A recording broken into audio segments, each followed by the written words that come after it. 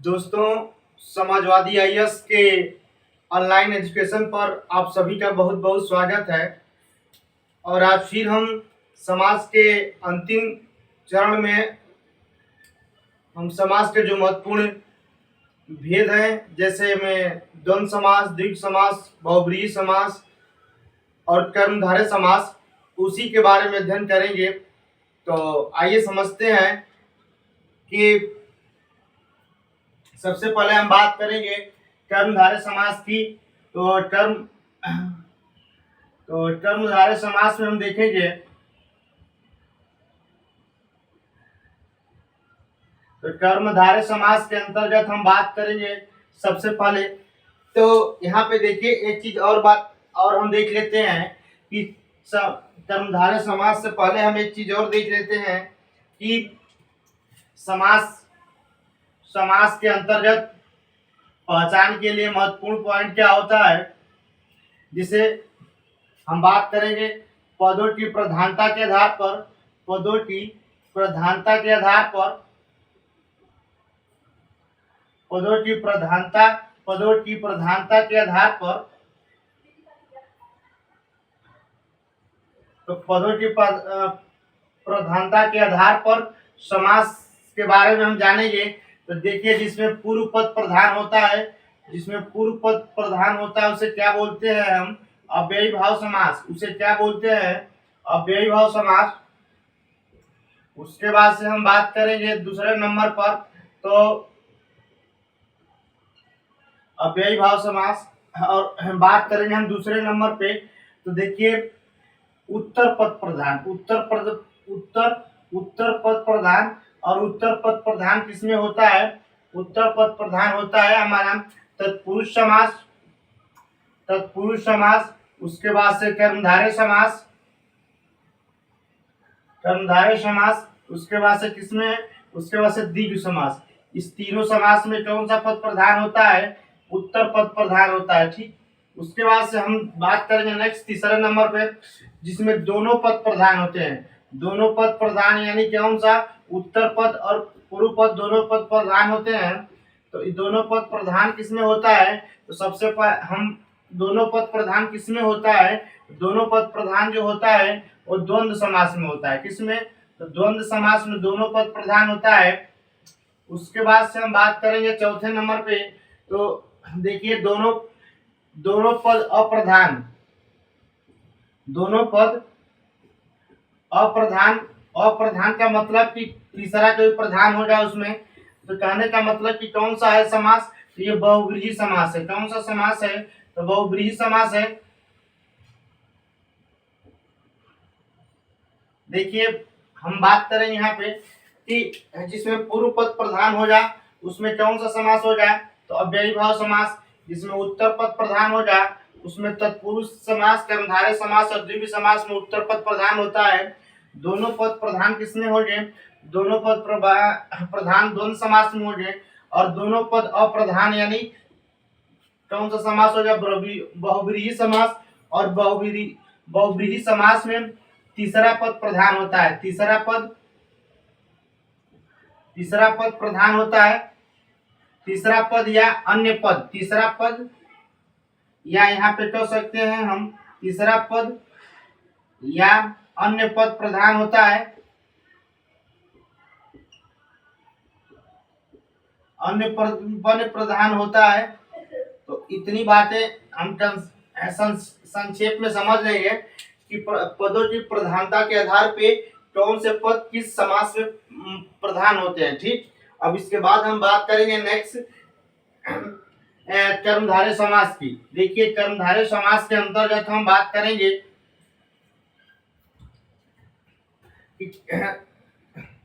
कर्मधारय समास। यहाँ पे हम लिखेंगे सबसे पहले कर्मधारय समास। और कर्मधारय समास में समास की सबसे पहले परिभाषा हम देखेंगे।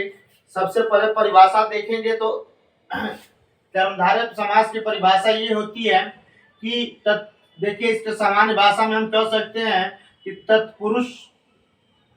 तत्पुरुष समास के भेद को तत्पुरुष समास के तत्पुरुष समास के समानाधिकरण समानाधिकरण भेद को क्या बोलते हैं हम? देखिए, तत्पुरुष समास के दो भेद होते थे। पहले का नाम है समानाधिकरण और दूसरे का नाम है व्याधिकरण। तो तत्पुरुष समास के समानाधिकरण भेद को क्या बोलते हैं हम?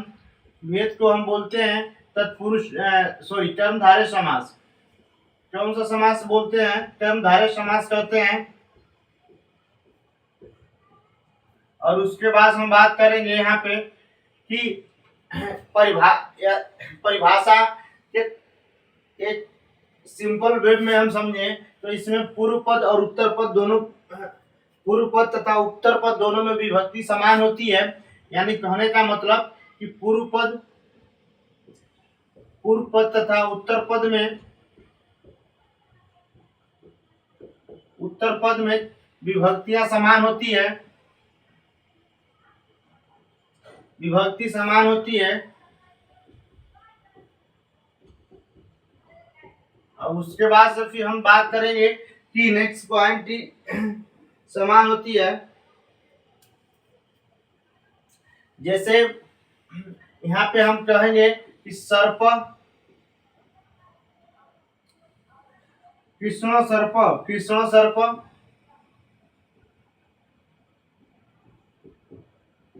तो इसका जब हम बनाएंगे, इसका जब समस्त पद होगा तो कृष्ण सर्प हो जाएगा। तो कहने का मतलब कि दोनों पद में विभक्ति क्या है? समान है, कृष्ण सर्प। उसके बाद से फिर हम बात करेंगे यहाँ पे तीसरे नंबर पे हम बात करेंगे कि पूर्व पद विशेष। इसमें पूर्व पद, यहाँ पे ऐसा लिख लेंगे कि इस समास में पूर्व पद विशेषण तथा उत्तर पद विशेष से होता है। पूर्व पद विशेषण तथा उत्तर पद क्या होता है? विशेष से होता है।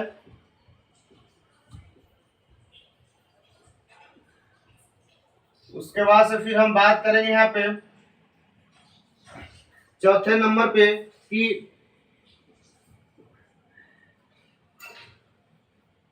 उत्तर पद, पूर्व पद उपमान, पूर्व पद उपमान तथा उत्तर पद उपमेय होता है। उत्तर पद क्या होता है हमारा? उत्तर पद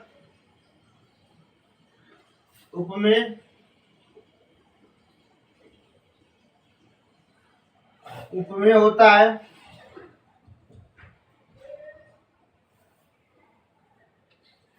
तो देखिए, कहने का मतलब क्या है कि कर्मधारय समास के अंतर्गत तत्पुरुष समास के जो समानाधिकरण भेद है उसको हम क्या कहते हैं? उसी को कर्मधारय समास कहते हैं। एक तो वहां से भी परिभाषा बन सकती है। दूसरी बात हम ये कह सकते हैं कि पूर्व पद तथा उत्तर पद में क्या होता है? दूसरी बात क्या है कि पूर्व पद तथा उत्तर पद में विभक्ति क्या होती है? समान होती है। और इस समास में पूर्व पद क्या होता है? विशेषण होता है तथा उत्तर पद क्या होता है? विशेष्य होता है। ठीक। उसके बाद से हम बात करेंगे यहाँ पे चौथे नंबर पे पूर्व पद उपमान होता है और उत्तर पद क्या होता है? उपमेय होता है। उपमेय का मतलब कि जिसकी उपमा बताई जाए उसे उपमेय कहते हैं।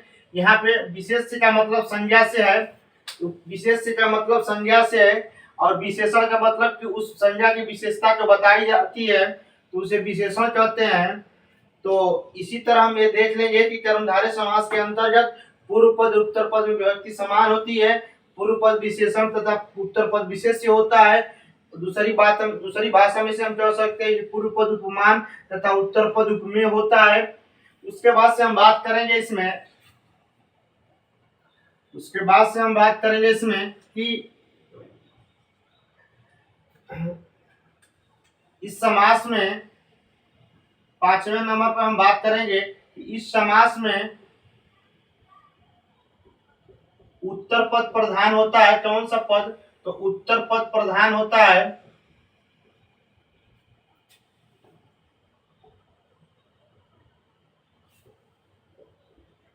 उत्तर पद प्रधान होता है। और उसके बाद हम एक चीज यहाँ पे और कह लेंगे कि नोट में 6वें नंबर पर नोट में हम लिख लेंगे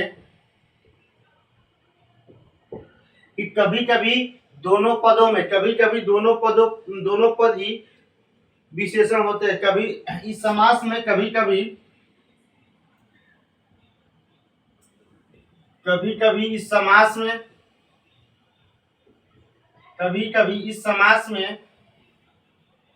इस समास में पूर्व पद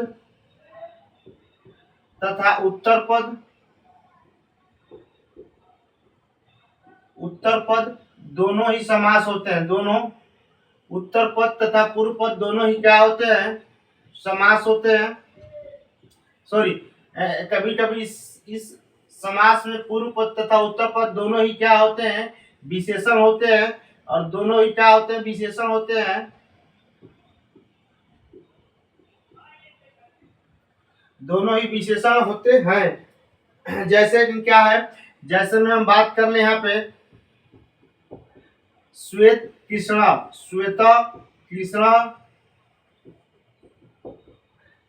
यानी क्या हो जाएगा हमारा? श्वेत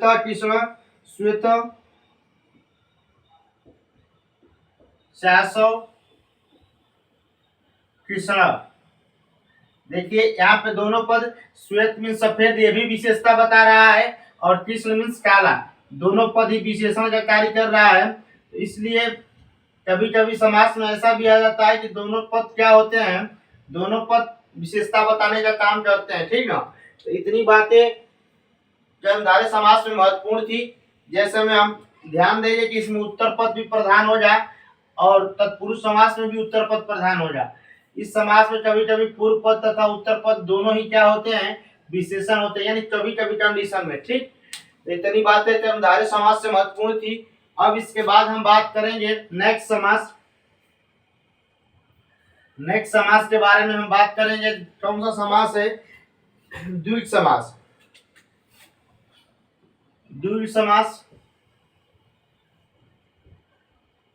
अब द्विग समास का मतलब कि ये समास है क्या है? ये गणना को डिनोट करता है, यानी जिस समास में पूर्व पद संख्यावाचक हो, यानी कह सकते हैं परिभाषा के तौर पर कि जिस समास में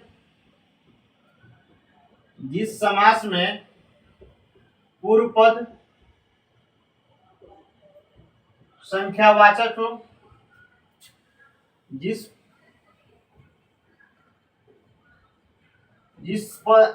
समास में पूर्व पद संख्यावाचक हो उसे हम क्या बोलते हैं? द्विग समास बोलते हैं। उसके बाद से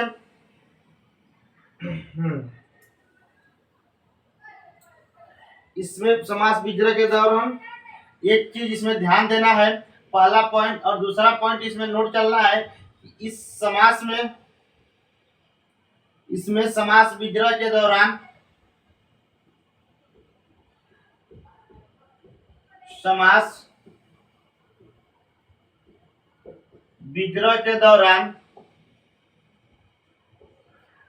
समाहार का प्रयोग किया जाता है। क्या चीज? समाहार का प्रयोग किया जाता है।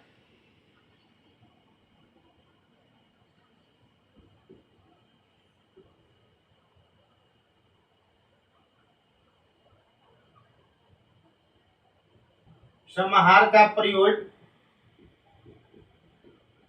किया जाता है।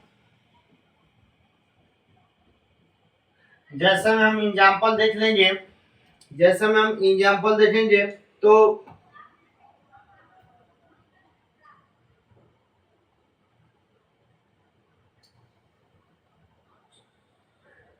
पंचाना, देखिए जैसे में हम देख लेंगे पंचानाम,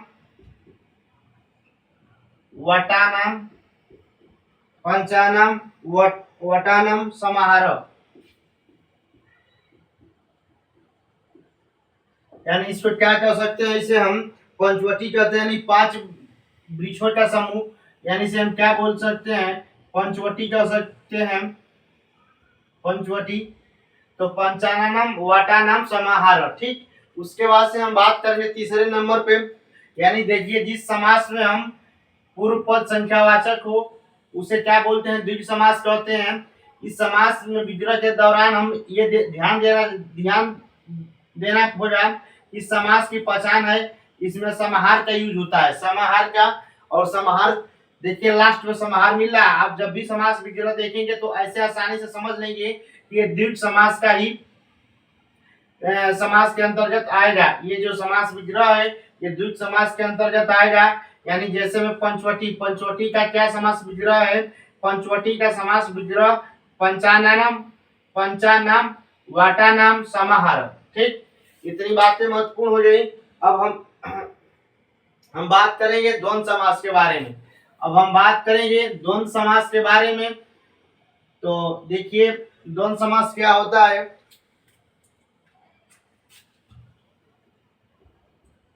देखिए हम बात करेंगे यहाँ पे द्वंद्व समास के बारे में। तो द्वंद्व समास जो है, द्वंद्व समास में दोनों पद प्रधान होते हैं। जिस समास में इसका सूत्र होता है कि इसका सूत्र क्या होता है कि उभय पदार्थ प्रधान, उभय पदार्थ प्रधान द्वंद्व, उभय पदार्थ प्रधान द्वंद्व, ये इसका सूत्र होता है। यानी दोनों पद प्रधान हो, यानी कह सकते कि जिस समास में दोनों पद, जिस समास में दोनों पद या उभय पद, दोनों पद ब्रैकेट में हम कह सकते उभय पद, दोनों पद का मतलब कि पूर्व पद उत्तर पद दोनों पद, या सभी पदों की प्रधानता होती है, सभी पदों की प्रधानता होती है,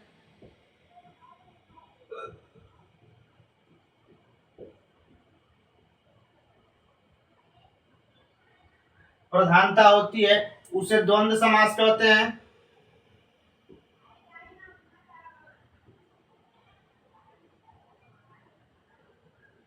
उसे द्वंद्व समास कहते हैं। अब हम बात करेंगे द्वंद्व समास। देखिए द्वंद्व समास कहते हैं। अब हम बात करेंगे नेक्स्ट कि द्वंद्व समास के भेद कितने होते हैं। द्वंद्व समास का भेद देखा जाए तो द्वंद्व समास के भेद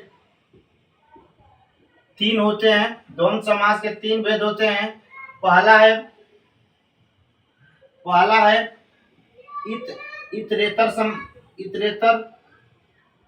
इतरेतर द्वंद्व समास,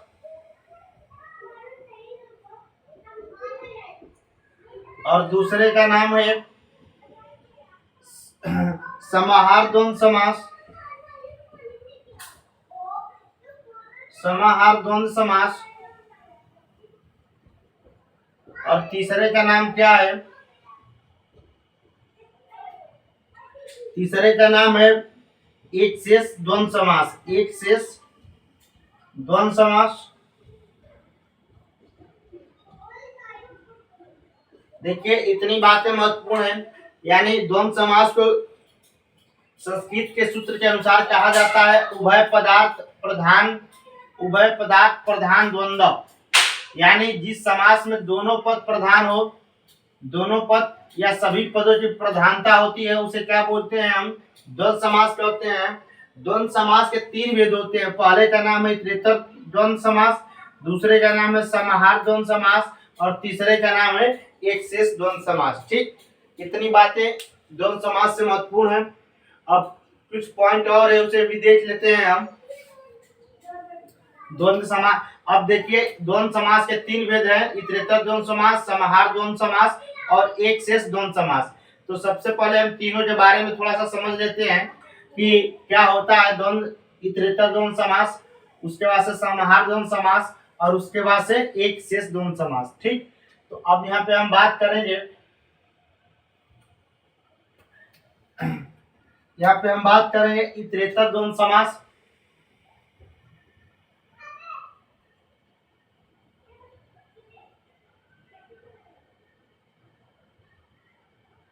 इतरेतर द्वंद्व समास, और इतरेतर द्वंद्व समास की हम बात कर रहे हैं यहाँ पे। तो यहाँ पे देखेंगे सबसे पहले कि दो या दो से अधिक पदों, दो या दो से अधिक पदों का यूज होता है इसमें।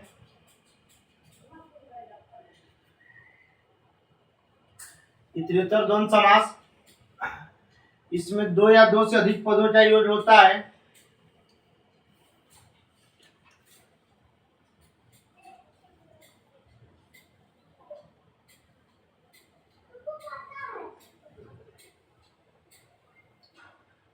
देखिए इसकी परिभाषा हम लिख लेंगे कि जब समास में प्रयुक्त शब्द, जब समास में प्रयुक्त होने वाले शब्द, जब समास में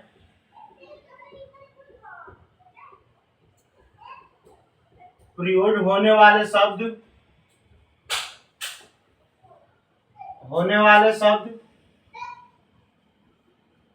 जब समास में प्रयोग होने वाले शब्द अपनी अलग अलग, अपनी अलग अलग प्रधानता, अपनी अलग अलग प्रधानता को स्वीकार करते हैं, अपनी अलग अलग प्रधानता को प्रदर्शित करते हैं,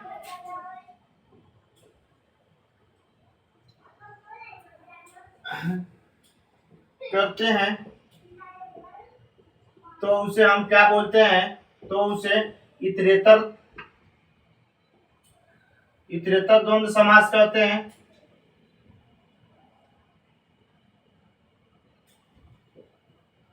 देखिए कहने का मतलब क्या है, जब समास में प्रयोग होने वाले शब्द अपनी अलग अलग प्रधानता को प्रदर्शित करते हैं, अलग अलग यानी अलग अलग प्रधानता को प्रदर्शित करते हैं, तो इसे इतरेतर द्वंद्व समास कहते हैं।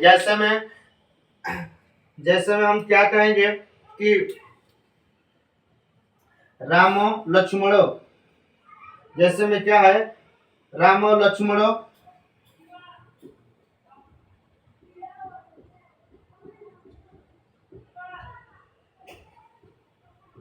राम और लक्ष्मण हो। अब इसको हम जब समास विग्रह करेंगे तो रामश्च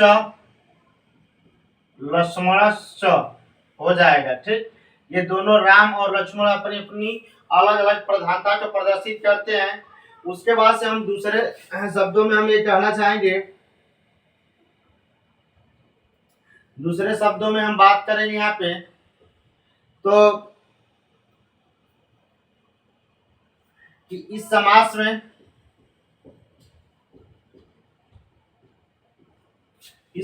में दो या दो से अधिक पदों का योग होता है, दो या दो से अधिक पदों का, दो या दो से अधिक पदों का योग होता है।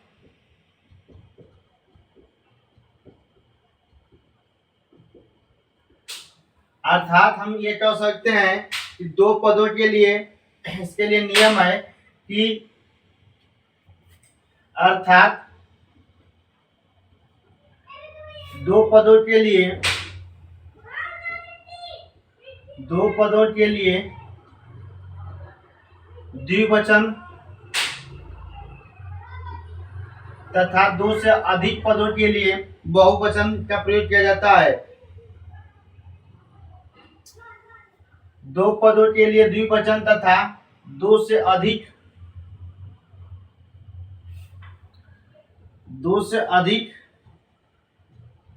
अधिक पदों का समास होने पर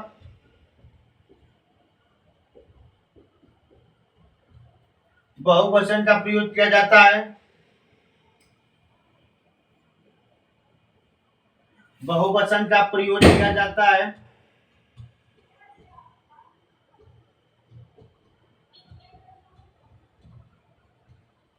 जैसे में हम देख लेंगे कि राम, भरत, लक्ष्मण, शत्रुघ्न, शत्रुघ्न। अब यहाँ पे हम जब इसका समास विग्रह करेंगे, यहाँ पे हो जाएगा रामश्च, भरतश्च, लक्ष्मणश्च,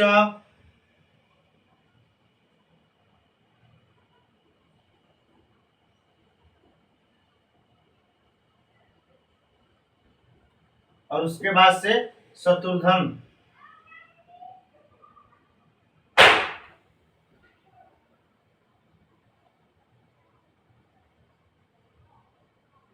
शत्रुघ्नश्च, ये समास विग्रह हो जाएगा। यानी कहने का मतलब कि जब समास में दो या दो से अधिक पद हो तो इन पदों का योग होता है, अर्थात दो पदों के लिए द्विवचन तथा दो से अधिक जब पद हो तो वहां पे पदों का समास होने पे वहां पे क्या बहुवचन का यूज होता है, ठीक ना। इसके बाद हम बात करेंगे नेक्स्ट, तो इतरेतर द्वंद्व समास के बाद है हमारा नेक्स्ट जो है उसका नाम है समाहार द्वंद्व समास। समाहार द्वंद्व समास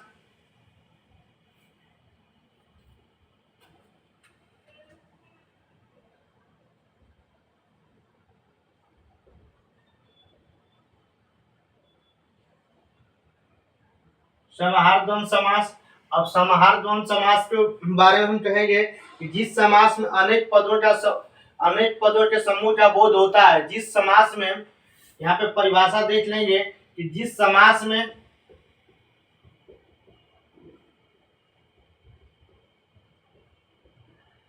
अनेक पदों के जिस समास में अनेक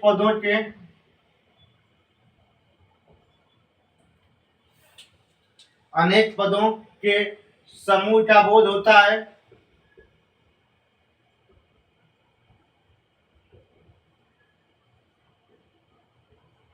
उसे समाहार द्वंद्व समास कहते हैं। उसे क्या बोलते हैं?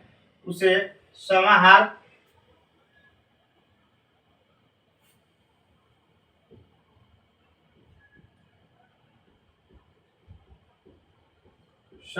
द्वंद्व समास कहते हैं। उसके बाद से हम बात करेंगे यहाँ पे सबसे दूसरे पॉइंट में कि समाहार द्वंद्व समास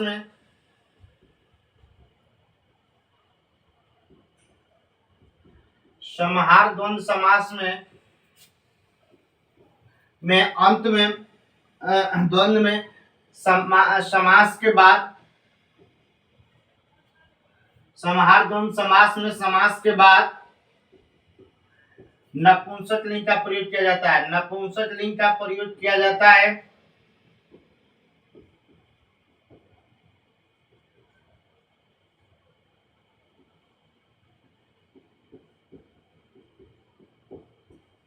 यानी कहने का मतलब क्या है कि जैसे में यदि हम एग्जाम्पल देखें,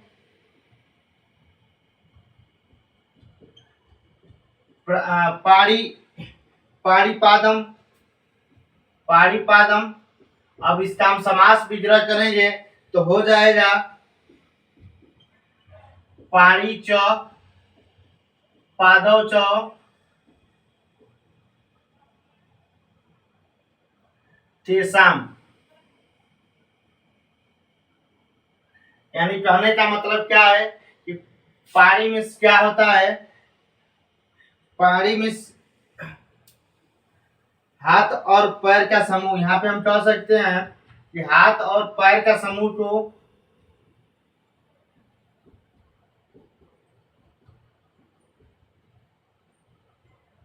पाड़ीपादम कहा गया है, जिसका समास विग्रह क्या है, पाड़ी च, पादो च, तेसा। और यहाँ पे देखिए ये नपुंसक लिंग का प्रयोग हुआ है। किसका प्रयोग हुआ है? तो नपुंसक लिंग का यहाँ पे प्रयोग हुआ है। ठीक। और इस समास में अनेक पदों के समूह का बोध होता है, अनेक पदों के समूह का बोध होता है। उसके बाद से हम बात करेंगे तीसरे समास की। तीसरा समास क्या है हमारा, तो तीसरे समास का नाम है एक शेष द्वंद्व समास। तीसरे समास का नाम है एक तीसरे समास का नाम है एक द्वंद्व एक शेष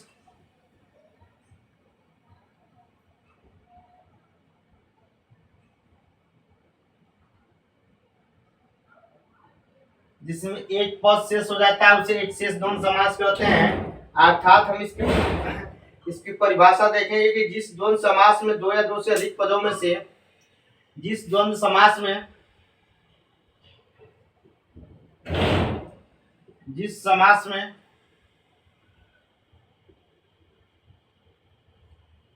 जिस द्वंद्व समास में एक से अधिक पद यानी दो या दो से अधिक पदों में से दो या दो से अधिक पदों में से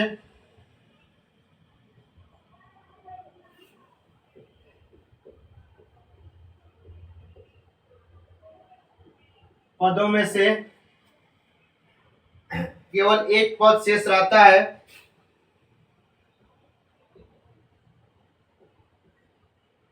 केवल एक पद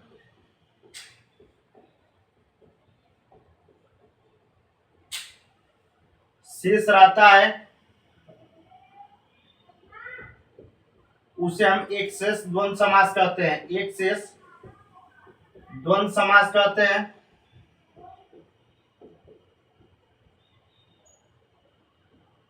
अब देखिए हम यहाँ पे बात करेंगे, जैसे में क्या है माता च पिता च, माता च, जैसे में हम बात करेंगे यहाँ पर माता च, उसके बाद से क्या है पिता च, माता च, उसके बाद से पिता च, और इसको हम क्या बोलेंगे पितरौ। तो यानी क्या हो रहा है, एक चीज यहाँ पे एक पद क्या हो रहा है, पद क्या हो जा रहा है लुप्त हो जा रहा है, यानी एक पद शेष रह रहा है पितरौ। पितरौ का मतलब कि माता पिता, यानी एक ही चीज से दोनों चीजें डिनोट प्रदर्शित हो जा रही हैं, ठीक ना। उसके बाद से हम बात करेंगे नेक्स्ट, नोट में एक पॉइंट लिखेंगे नोट में कि यदि समास में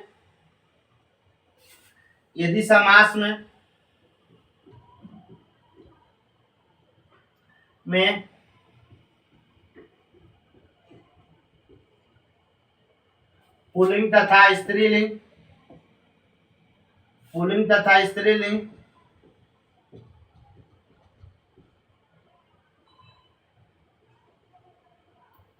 दोनों प्रकार के शब्द हो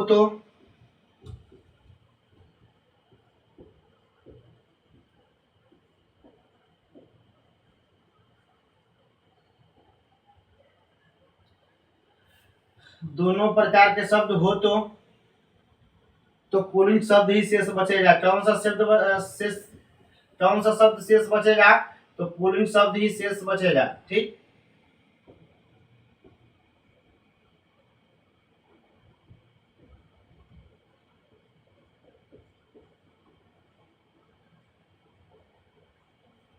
यानी कहने का मतलब क्या है कि जैसे में हम बात करें यहाँ पे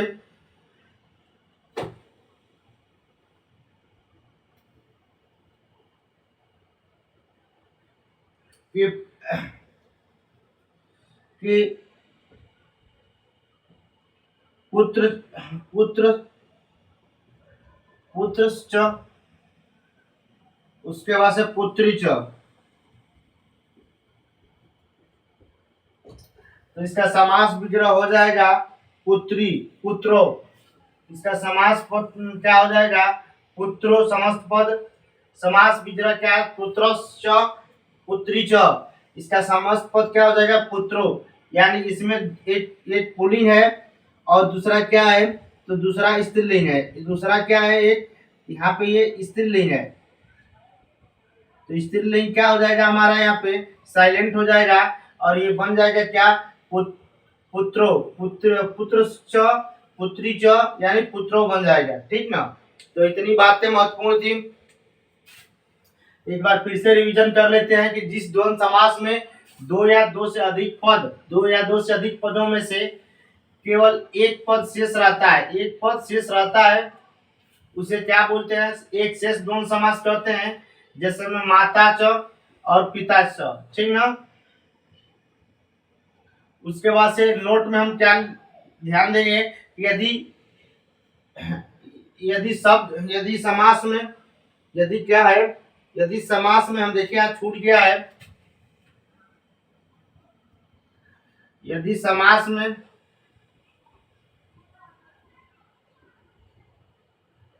यदि समास में पुल्लिंग तथा स्त्रीलिंग, पुल्लिंग तथा स्त्रीलिंग दोनों हो, दोनों प्रकार के शब्द हो, तो पुल्लिंग शब्द ही क्या बचेगा हमारा, शेष बचेगा, पुल्लिंग शब्द ही शेष बचेगा। ठीक, तो जैसे में पुत्र च पुत्री च, यानी पुत्र पुल्लिंग है और पुत्री स्त्रीलिंग है, तो यहाँ पे क्या बचेगा, पुत्र बचेगा, और यहाँ पे समस्त पद क्या बन जाएगा हमारा, पुत्र हो जाएगा।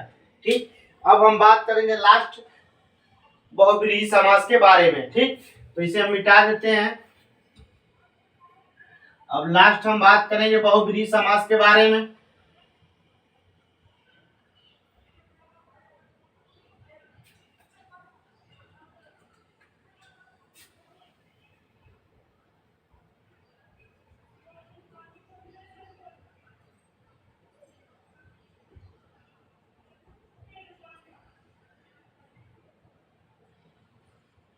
देखिए बहुब्रीहि समास में दोनों पद क्या होते हैं, अप्रधान होते हैं। तो इसकी परिभाषा लिख लेंगे हम कि जिस पद में, यानी कहेंगे कि दोनों पद अप्रधान, तीसरा या अन्य पद प्रधान, अन्य पद प्रधान, यानी कह सकते हैं यहाँ पे परिभाषा के तौर पे कि जिस समास में, जिस समास में समासिक पदों से भिन्न किसी अन्य पद का अर्थ प्रधान होता है, जिस समास में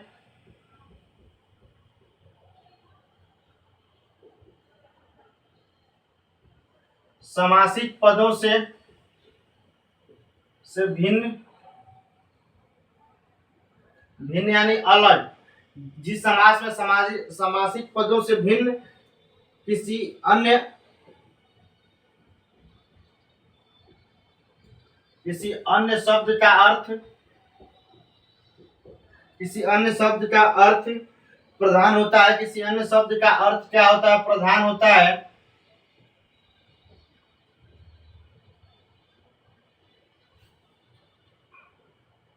प्रधान होता है उसे बहुब्रीहि समास कहते हैं।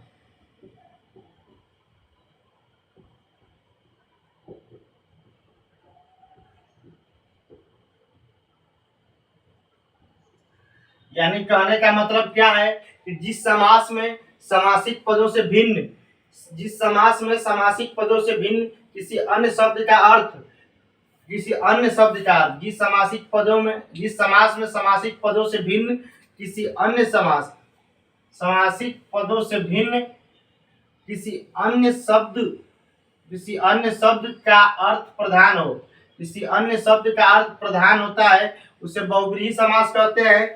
अब यहाँ पे हम बात कर लें कि जैसे में हम बात कर लेंगे एग्जाम्पल, देखिए जैसे में क्या है, पीताम्बर,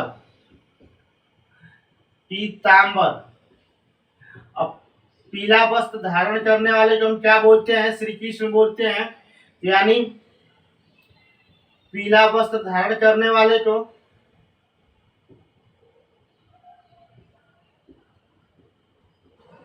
करने वाले अर्थात श्री कृष्ण,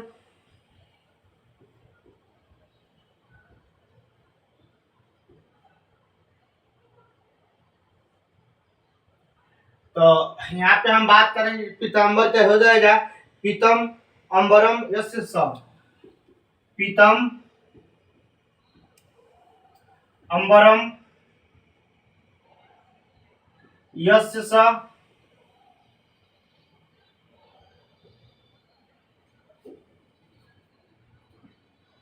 उसके बाद से हम बात करेंगे यहाँ पे ये बहुब्रीहि समास के दो भेद होते हैं।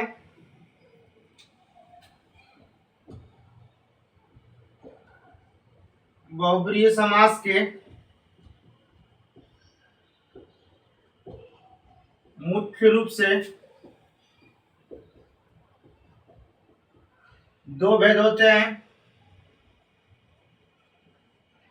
पहले का नाम है समानाधिकरण बहुब्रीहि समास,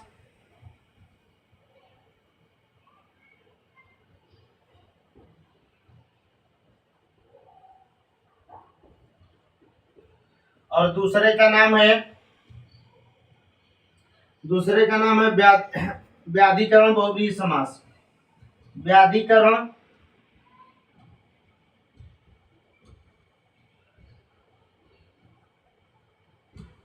बहुब्रीहि समास।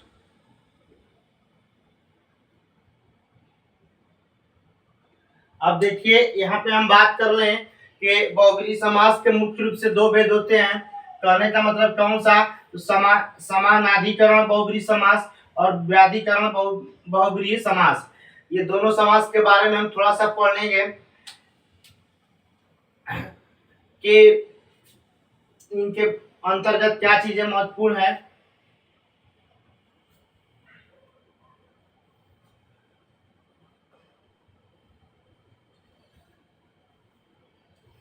देखिए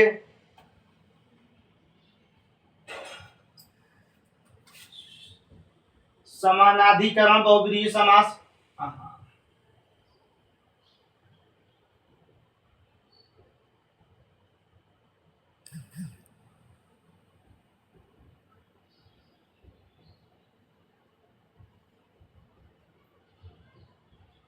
समानाधिकरण बहुब्रीहि समास के बारे में हम बात करेंगे तो इसके दोनों पदों में विभक्ति समान होती है।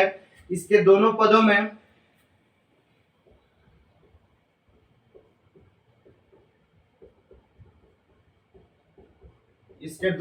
में विभक्ति समान होती है।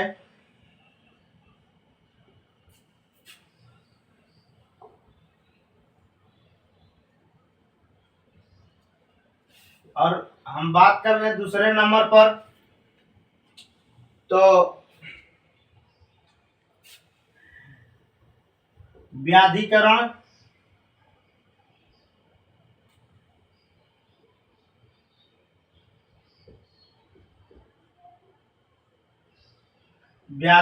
बहुब्रीहि समास।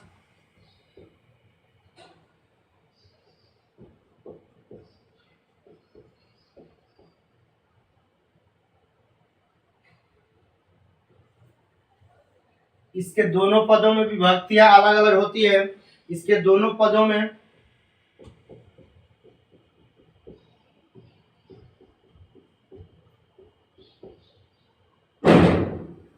विभक्तियां अलग अलग होती है।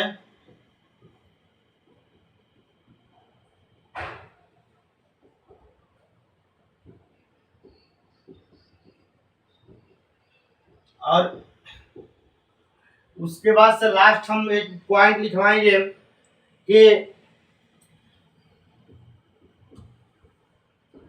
बहुब्रीहि समास की पहचान, बहुब्रीहि समास की पहचान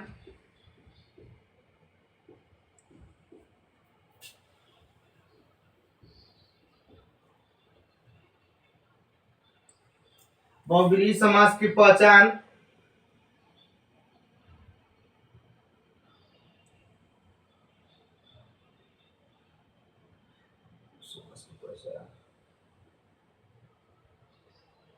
पहचान यह है कि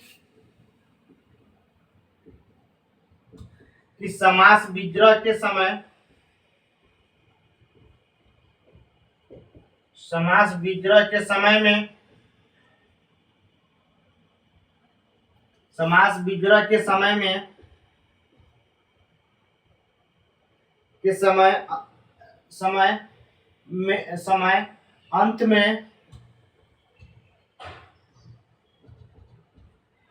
में, यस्य स, क्या चीज, यस्य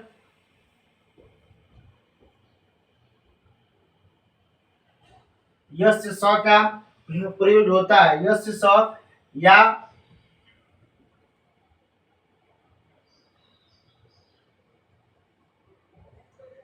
स का प्रयोग होता है, क्या चीज,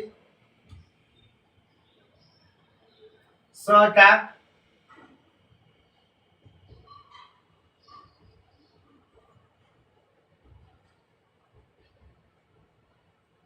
देखिए समानाधिकरण बहुब्रीहि समास में दोनों पदों में विभक्ति समान होती है। व्याधिकरण बहुब्रीहि समास में दोनों पदों में विभक्तियां क्या होती हैं, अलग अलग होती हैं।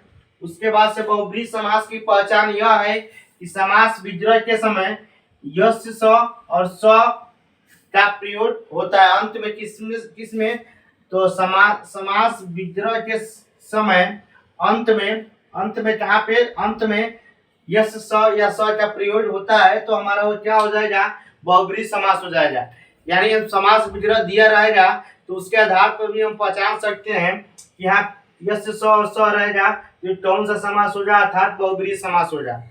तो आज के वीडियो में हमने कर्मधारय समास, द्वंद्व समास, द्वित्व समास और बहुब्रीहि समास के बारे में, बहुब्रीहि समास के कंसेप्ट के बारे में हमने अच्छे से समझा। इससे महत्वपूर्ण जो एग्जाम्पल है उसको जब इस कंसेप्ट को पढ़ने के बाद आप प्रैक्टिस सेट के प्रश्न को हल करेंगे तो आपके प्रश्न आसानी से बन जाएंगे। तो आज के वीडियो में इतना ही। इसके बाद हम नेक्स्ट वीडियो में आपसे फिर मिलेंगे। तो इसी के साथ धन्यवाद।